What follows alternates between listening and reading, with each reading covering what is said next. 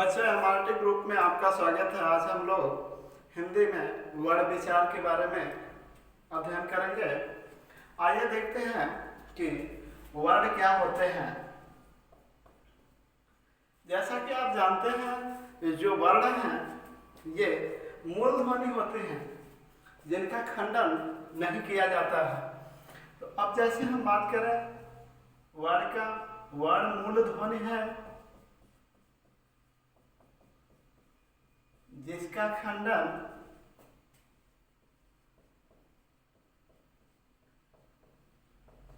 नहीं किया जाता, जिसका खंडन नहीं किया जाता। जैसे अमर,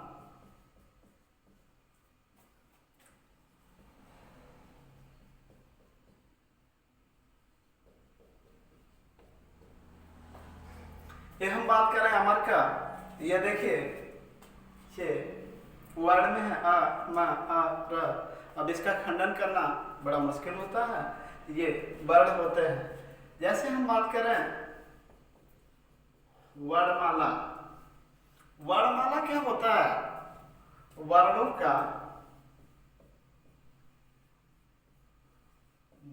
का व्यवस्थित समूह, वर्णों का व्यवस्थित समूह होता है।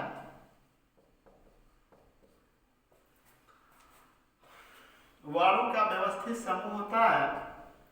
वर्णों के व्यवस्थित समूह को हम वर्णमाला कहते हैं। अब ये प्रश्न आता है कि वर्ण के भेद, वर्ण के भेद, वैसे तो हम बात करें वर्ण के कुल भेद जो होते हैं वो दो होते हैं। एक स्वर होता है और एक व्यंजन होते हैं। अब स्वर में तीन प्रकार के होते हैं: ह्रस्व, दीर्घ, प्लुत। देखिए स्टूडेंट, ये हम जो वर्ण के बारे में अध्ययन किए मूल ध्वनि है जिसका खंडन नहीं किया जाता। जैसे अमर हमने आपको दिखाया। वर्णमाला वर्णों का व्यवस्थित समूह होता है। वर्ण के भेद, एक बात यहाँ और बताना चाहेंगे, जो मूल वर्ण होते हैं वो 44 होते हैं, जो कुल वर्ण होते हैं वो 52 होते हैं। इस बात को याद रखिए। यदि प्रश्न में ये पूछे कि मूल वर्ण कितने होते हैं तो उत्तर क्या होगा? 44। यदि पूछे कुल वर्ण कितने होते हैं तो 52 होगा। तो बच्चों ऐसे प्रश्न बार बार परीक्षा में पूछते हैं, तो ऐसे प्रश्नों पे आप ध्यान दो। हिंदी बहुत ही अच्छा विषय है, जो रसिक विषय है, पढ़ने में भी आनंद आता है और बहुत सी परीक्षाओं में हिंदी से प्रश्न पूछे जाते हैं। जैसे यूपीपी हुआ, लेखपाल हुआ, ईएसआई हुआ। तो इसलिए हिंदी को पढ़ना अति आवश्यक है। चलो आगे देखते हैं। ये अब हमने यहाँ देख लिया वर्णों के व्यवस्थित समूह जो होता है वर्णमाला होता है। और ये दो प्रकार के वर्ण होते हैं, एक स्वर होते हैं और एक व्यंजन होते हैं। अब वर्ण कितने भेद होते हैं? दो होते हैं। पहला स्वर होता है तो दूसरा कौन होता है? व्यंजन होता है। ये भी प्रश्न बनता है कि मूल वर्ण कितने होते हैं? 44 होते हैं। कुल वर्ण कितने होते हैं? 52 होते हैं। तो बच्चों अब हम लोग आगे बढ़ेंगे।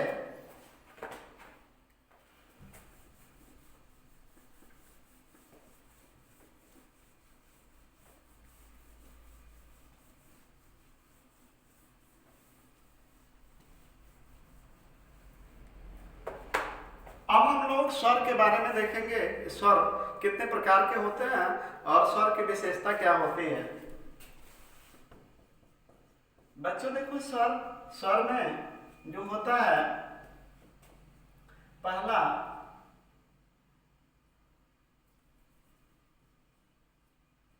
ह्रस्व स्वर होता है जिसमें अ, ई, उ, रे आते हैं।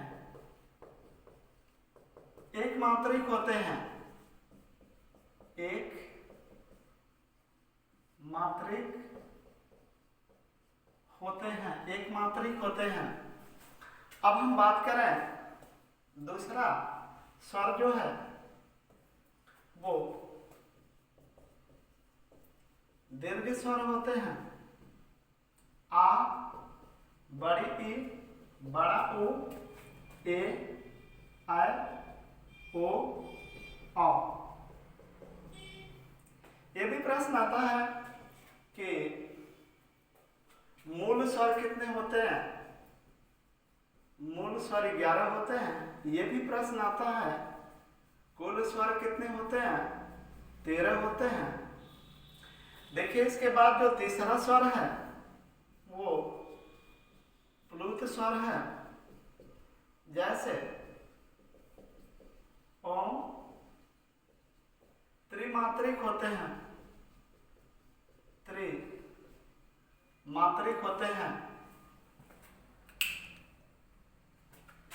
अब हम बात करेंगे आगे से स्वर 3 प्रकार के होते हैं। पहला जो है ह्रस्व स्वर है, अ, ई, उ, री आते हैं, एक मात्रिक होते हैं। दीर्घ स्वर दूसरा है जिसमें आ, ई, उ, ए, ऐ, ओ, औ आते हैं। हम इन्हें संयुक्त स्वर भी कहते हैं। हम इन्हें संयुक्त स्वर भी कहते हैं। तीसरा प्लुत स्वर है, जैसे ओम त्रिमात्रिक होते हैं। ये प्लुत स्वर जो होते हैं त्रिमात्रिक 3 मात्रा वाले होते हैं। वैसे ये भी प्रश्न बनता है कि मूल स्वर कितने होते हैं, तो उत्तर हो गया 11। ये भी प्रश्न बनता है कि कुल स्वर कितने होते हैं, तो उत्तर होगा 13। चलो बच्चों आगे बढ़ते हैं। अब हमने स्वर के बारे में यहाँ देखा, स्वर 3 प्रकार के होते हैं। पहला ह्रस्व स्वर है अ, ई, उ, री, आ, ई, उ, री। जबकि दूसरा दीर्घ स्वर है आ, ई, बड़ी, बड़ा उ, ए, ऐ, ओ, औ। ए, ऐ, ओ, औ को हम संयुक्त स्वर भी कहते हैं। तीसरा प्लुत स्वर है, जैसे ओम, ये त्रिमात्रिक होते हैं। वैसे एक प्रश्न ये भी पूछता है कि मूल स्वर हिंदी में कितने हैं, उत्तर होगा 11। ये भी पूछता है कुल स्वर कितने हैं, तो उत्तर होगा 13। तो बच्चों अब हम लोग आगे बढ़ेंगे।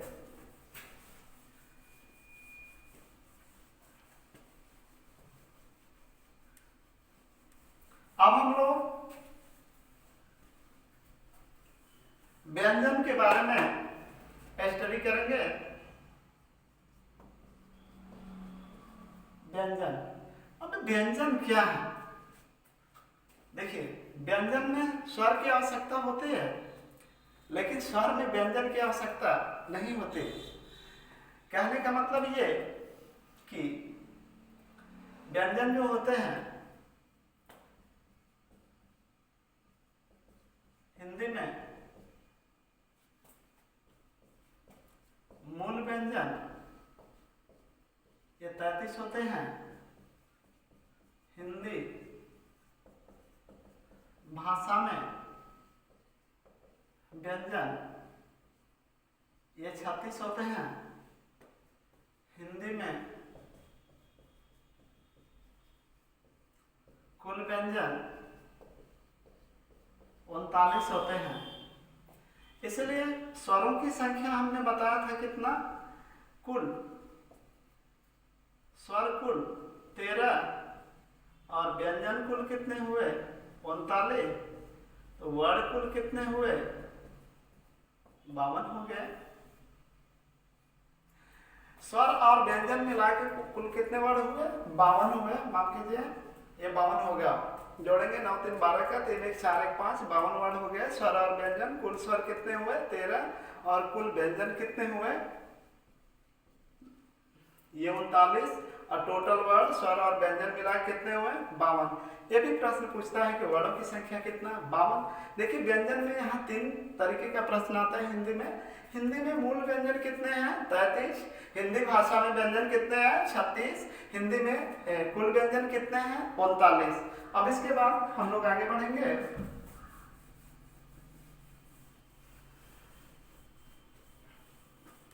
देखिए अब जो व्यंजन की हम लोग बात कर रहे हैं वो 33 कौन से हैं, 36 कौन से हैं, 39 कौन से हैं, ये सब जानना जरूरी होता है। तो देखते हैं क ख ग घ अंग च छ ज झ य ट ठ ड ढ अ त थ द ध न प फ ब भ म य र ल व श, ये सब छोटा सा छ त्र ह ह ह छ त्र ज्ञ स्र ड़ अढ़। अब देखिए यहाँ से यहाँ तक 33 हुआ, यहाँ से यहाँ तक 36 हुआ और यहाँ से यहाँ तक 39 हुआ। तो मूल व्यंजन कितने होते हैं? 33। कहाँ से कहाँ तक? मूल व्यंजन क से लेकर ह तक। हिंदी भाषा में व्यंजन, हिंदी भाषा में व्यंजन क से ज्ञात है कुल व्यंजन क से ज्ञा प्लस ये छ त्र, माफ कीजिएगा, ये स्र अड़ अढ़ से होते हैं। तो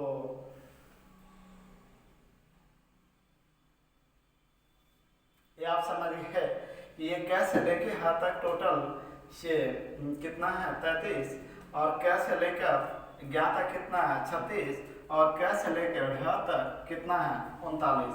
तो इस प्रकार हम लोगों ने देख लिया। इसे थोड़ा समझने की कोशिश करो।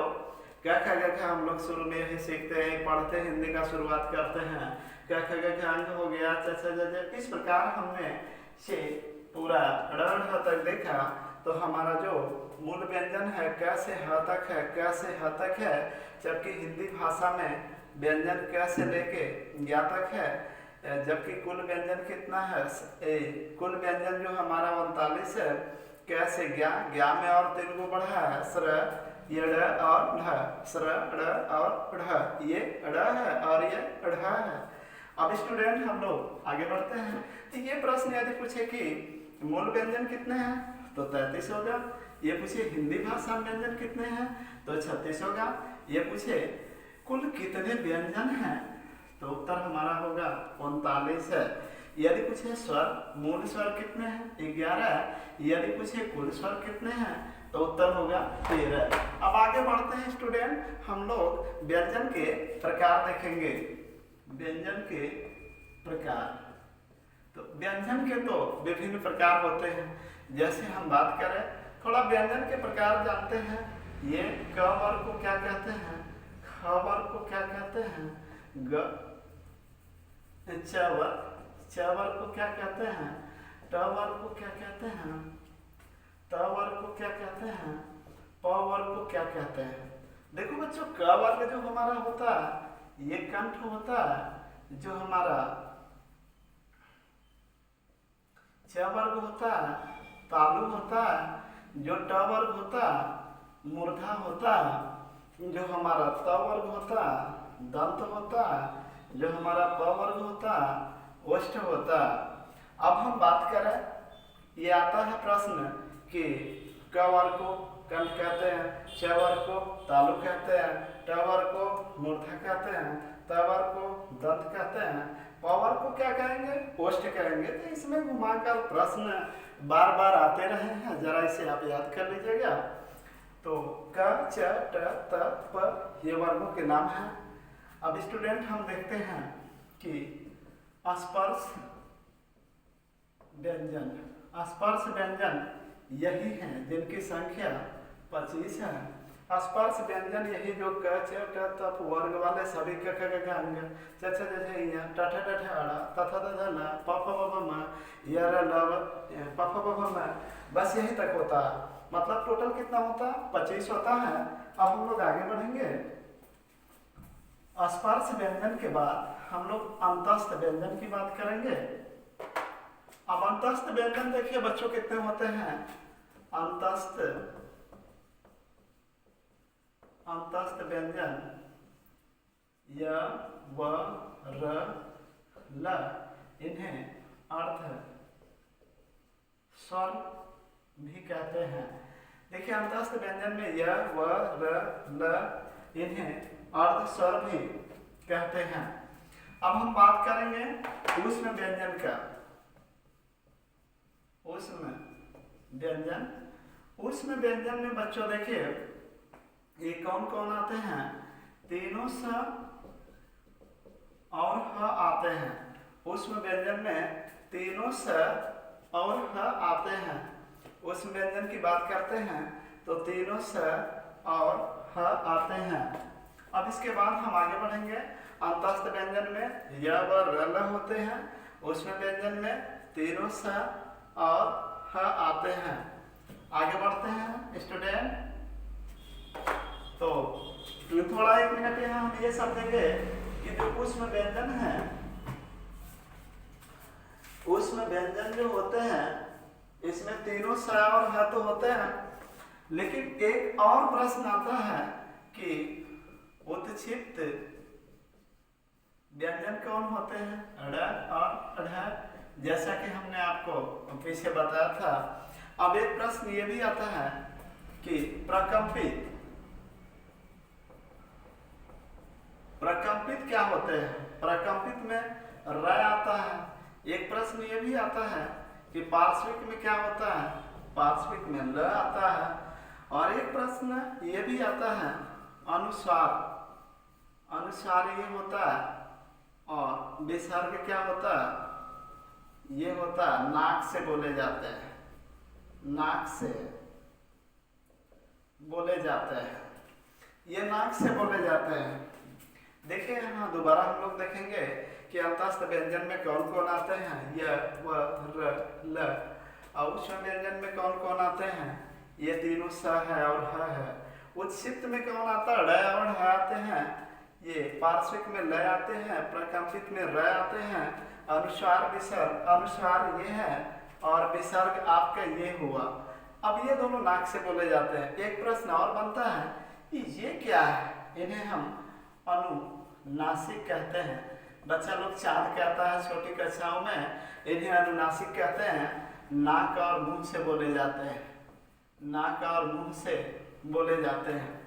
तो बच्चों ये अंतस्थ व्यंजन में य व र ल जिन्हें हम अर्धस्वर कहते हैं, जबकि ऊष्म व्यंजन तीनों स है। उत्क्षिप्त व्यंजन में ड़ है। ये अनुस्वार जो है नाक से बोलते हैं, विसर्ग नाक से बोलते हैं। पार्श्विक में ल होता है, प्रकंपित में आर होता है।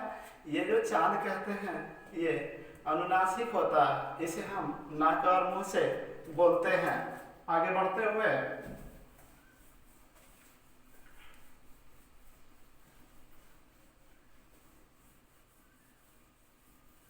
अब स्टूडेंट हमने अभी पढ़ा कि स्पर्श व्यंजन ये होते हैं क च ट त प वर्ग के, कुल कितना?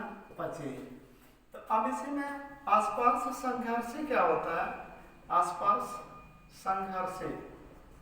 अब देखिए स्पर्श संघर्षी, हालांकि एक अमीन का पेपर हुआ था बहुत पहले, तो बच्चा लोग बोला था कि सर यहाँ से एक प्रश्न आया था कि स्पर्श संघर्षी क्या होता है। तो हमने इस प्रश्न को वैसे पहले ही समझा दिया था बच्चों को कि स्पर्श व्यंजन में 25 है। तो स्पर्श व्यंजन से जुड़ा स्पर्श से स्पर्श हो गया, और संघर्षी तो संघर्ष कौन करेगा? तो संघर्ष चाचा जी करेंगे। यानी चाचा कौन? नेहरू। किसके लिए? देश के लिए, हम लोगों के लिए। तो च छ ज झ जो भी है ये सभी किस में आता है? स्पर्श संघर्षी। अब संघर्ष की बात करें तो ये पूछता है कि संघर्षी में कौन आएगा, तो संघर्षी में जो आएगा वो होगा फ, ह, ज और ये स आएंगे। तो स्टूडेंट ये संघर्षी में आता है। तो इन प्रश्नों को बार बार पूछा जाता है, थोड़ा ध्यान से देखें। मुझे उम्मीद है कि आप लोग इसे अच्छे से समझेंगे और देखेंगे। ये व्यंजन के प्रकार में स्पर्श व्यंजन बता चुके हैं, कैसे लेके पवर तक, यानी ये कंठवर्ग, ये तालुवर्ग, ये मूर्धावर्ग और ये दंतवर्ग और ये ओष्ठवर्ग। ये कुल मिला के 5 इसके 5 इसके 5 इसके 5 इसके 5 इसके हुआ और कुल मिला के कितने हुए 25। स्पर्श संघर्षी में बात करते हैं तो ये अभी में क्वेश्चन आया था, अभी मैंने बताया कि ये क्वेश्चन ऐसे आते हैं कि जो थोड़ा सा हटके होते हैं, दिक्कत होता है, भूल जाते हैं। तब देखिए कोई चीज न भूले, भूलना तो मनुष्य का स्वभाव है, लेकिन लंबे समय तक याद रहे या आत्मसात रहे, उसे हम उसका विस्तृत अध्ययन करेंगे तो उसमें जो भी बातें होती हैं जल्दी भूलती नहीं हैं, जैसा कि हम लोग अध्ययन करते हैं। तो अब देखिए स्पर्श संघर्षी में ये हमने कहा संघर्ष किसने किया, तो भारत के प्रथम प्रधानमंत्री पंडित जवाहरलाल नेहरू का नाम आता है। स्टूडेंट उन्होंने पहली बार प्रधानमंत्री यानी चाचा नाम से थे, उन्हें चाचा नेहरू कहा जाता था, इसलिए स्पर्श संघर्ष किसने किया इसमें, ये चाचा ने किया। और फिर ये संघर्ष यहाँ आ गया। तो अब यहाँ ये फ, ह, ज, श, मान लो संघर्ष एक लड़का है जिसका नाम फहज है, और फहज जो है 2 अक्षर को बार बार भूल जाता है, ये बड़ा सा और ये। स्टूडेंट इस प्रकार संघर्षी में फ, ह, ज और क्या श, स। तो अब हम आगे बढ़ते हैं, आगे देखा जाएगा। अब स्टूडेंट प्रश्न ये आता है व्यंजन से प्रश्न ये आता है कि महाप्राण क्या होता है। तो जरा आप भी देखिए महाप्राण, हम लोगों के पास प्राण है, जितने भी जीव जंतु जीवित होते हैं उनके पास प्राण होता है। तो महाप्राण क्या होता है, मान लो महाप्राण है यमराज को, समझ लीजिए। हम ऐसे इसलिए बता रहे हैं कि ये बातें भूलने न पाए स्टूडेंट। और प्राण हमारे जो ले जाते हैं उन्हें महाप्राण समझिए। कब ले जाते हैं, 24 घंटा में किसी समय। और उनके साथ कौन आता है, उनका शिष्य मतलब कौन उसमें। अब देखिए ये 2 4 क्या, प्रत्येक वर्ग का दूसरा तथा चौथा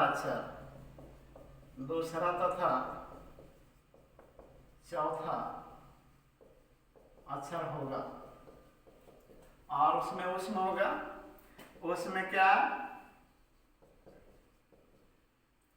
तीनों सा और है।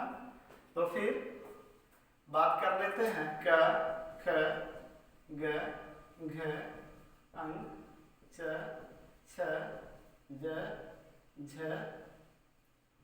य, ट, ठ, ड, ढ, आला, त, थ, द, ध, न, प, ह, ब, भ, म। आप सभी लोगों को याद होगा, क्योंकि शुरुआत जब होता है पढ़ाई का तो हम लोग यही पढ़ते हैं। अब देखिए दूसरा और चौथा, दूसरा ये चौथा ये, दूसरा ये चौथा ये, दूसरा ये चौथा ये, दूसरा ये चौथा ये, दूसरा ये चौथा है। 2 2 4 2 6 2 8 तो 10 हो गया। अब प्लस ये कितना है, ये कितना है 6, ये 4 है। तो 10 4 कितना हो गया 14। हम व्यंजन में ही महाप्राण की बात इसलिए कर रहे हैं कि हमें आसानी से कंफ्यूजन दूर हो जाएगा कि महाप्राण और अल्पप्राण में डिफरेंट क्या है। ये परीक्षा में अक्सर पूछता है, तो हम महाप्राण का अल्पप्राण, अल्पप्राण का महाप्राण, घोष का अघोष, यही सब करके आते हैं, जिसका परिणाम है 1-2 नंबर से परीक्षा में विद्यार्थी लोग रुक जाता है। इसलिए हम ये सोच रहे हैं कि बच्चा लोग जो पढ़ाई करता है उनको हिंदी के जो प्रश्न आते हैं उसमें दिक्कत ना हो। तो आज हम लोग पहला अध्याय के रूप में वर्णमाला पढ़ रहे हैं, जिसको आज पूरा पढ़ा जाएगा। इसके बाद एक दिन करके अंतराल करके हम लोग पूरा का पूरा हिंदी सामान्य अध्ययन के तौर पे मतलब सामान्य हिंदी के रूप में हम लोग सामान्य हिंदी के रूप में इसका पूरा का पूरा तैयारी करेंगे। चाहे यूपीपी की बात हो, ये चाहे एसआई की बात हो, चाहे लेखपाल की बात हो, आप डट के मुकाबला करिए। ये कोशिश देखो, कोशिश करने वालों की कभी हार नहीं होती है। मैं इसलिए आपसे कह रहा हूँ कि कुछ लोग होते हैं पढ़ाई करते समय थोड़ा सा ये सोचते हैं कि भाई होगा नहीं होगा, नहीं दुविधा में दोनों गया माया में लेने रहा। तो आप कर्म करो। और दूसरी बात यह है कि अब हम आगे बढ़ते हैं। आप ध्यान दीजिए इस पॉइंट पे कि महाप्राण व्यंजन के प्रकार में महाप्राण की बात चल रही है।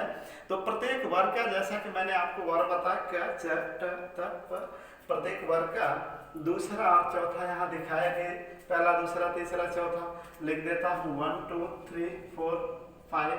तो दूसरा और चौथा की हमने बात किया, ख छ ठ थ फ घ झ ढ ये थ भ, ये हमने यहाँ इसको जोड़ा तो 10 और ये प्लस उसमें कितने हैं, ये हैं 4, तो 10 4 कितना हो गया, 14 हो गया।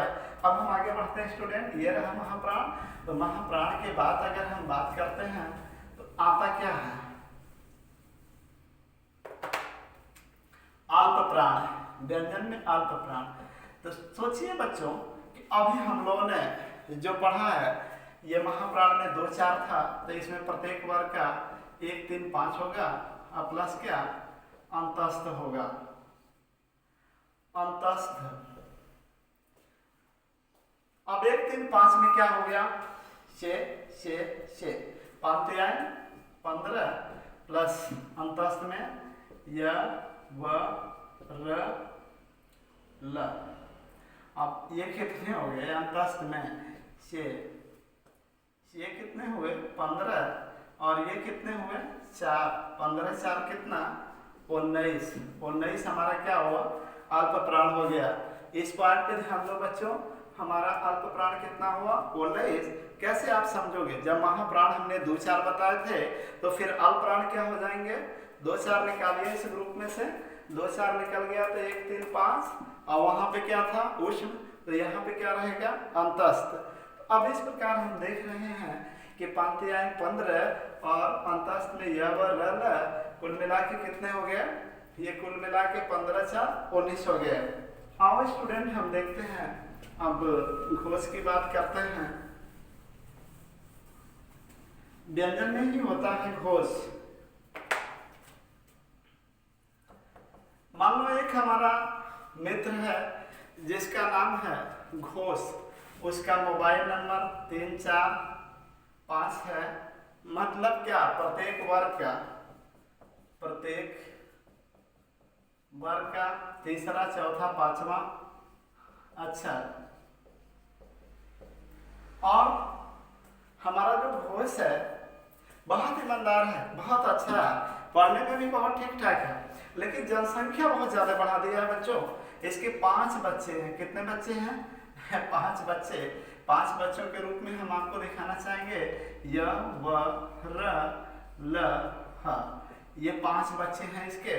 अब 5 बच्चे जो घोष के हैं, तो घोष बहुत खुश रहता है कि मैं किसी से कम नहीं, मेरे तो 5 बच्चे हैं और कुछ न कुछ करेंगे, उनको अच्छे से पढ़ाएंगे। तो स्टूडेंट अब ये हो गया, ये पांत्याय 15 और बात करते हैं तो फिर वो 5 हो जाएगा, तो टोटल संख्या कितनी हो गई घोष। यानी घोष का मोबाइल नंबर हमने कितना याद करा, मेरा एक मित्र है जिसका मोबाइल नंबर 345 है। तो फिर यहाँ हमने पूछा हेलो मित्र 345 पे डाल किया और फिर पूछा क्या हालचाल है, कैसे हैं, ये पंजा लोग कैसे है। तो उसने पूछा पंजा कौन सा भाई, तो हमने कहा ये पंजा मतलब ये व आपके जो बच्चे हैं। तो स्टूडेंट इस प्रकार 15 और 5 कितने हो गए 20 हो गए। चलो आगे बढ़ते हैं। तो जब हमारा मित्र घोष था तो घोष का हालचाल हमने ले लिया। तो अब दूसरे दिन क्या हुआ, जब हमने फोन लगाया तो उसका भाई उठाया, यानी हम भुलाकर फोन घोष को न लगाकर उसके भाई को लगा दिया दूसरा नंबर। तो अब 3 4 5 उसका था, 1 2 3 4 5 में ये 3 4 5 उसका था, तो इसका बेचारे का क्या रहा होगा 1 2, यानी प्रत्येक वर्ग का 1 2 वहाँ अच्छा प्लस और क्या था इसके पास, देखो उसमें की बात करते हैं, उसमें ये तीनों सब सब। अब स्टूडेंट देखिए 5 5 दूना 10 प्लस ये 3 कितना हो गया 13 हो गया। अब देखिए अघोष वर्ग कितने होते हैं 13 होते हैं, प्रत्येक वर्ग का 6, पहला दूसरा और कौन तीनों सब होते हैं, तो ये 2 वर्ग हो गया, 5 इसका 5 इसका, पहले वर्ग का 5 यानी क वाले का, और जैसे हम बात करें प्रत्येक वर्ग का पहला दूसरा क ख छ छ ट ठ त थ प फ, देखिए ये 10 हुए, अब प्लस ये तीनों सब, कुल मिला के कितने 13 हुए। तो स्टूडेंट देखिए अघोष की बात चल रही है, हमने आपको बताया कि यह अघोष जो होता प्रत्येक वर्ग का पहला दूसरा अक्षर होता तथा तीनों सब उसमें शामिल होता, यानी 10 ये हो गया, यहाँ मैंने देखा है, और 3 ये हो गया, कुल मिला के 13 हो गया, ये अघोष होते हैं।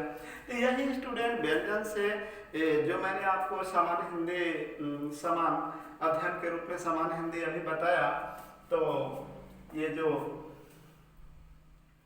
व्यंजन के प्रकार हैं घोष अघोष अल्पप्राण महाप्राण ऊष्म अंतस्थ, यहाँ से प्रश्न बनते हैं, तो थोड़ा इसका आप 2-3 बार इसको देख लीजिएगा, जिससे आपको आत्मसात हो सके और परीक्षा में अच्छा प्रदर्शन कर सके आप लोग। बस आज इतना ही, धन्यवाद, फिर कल मिलेंगे।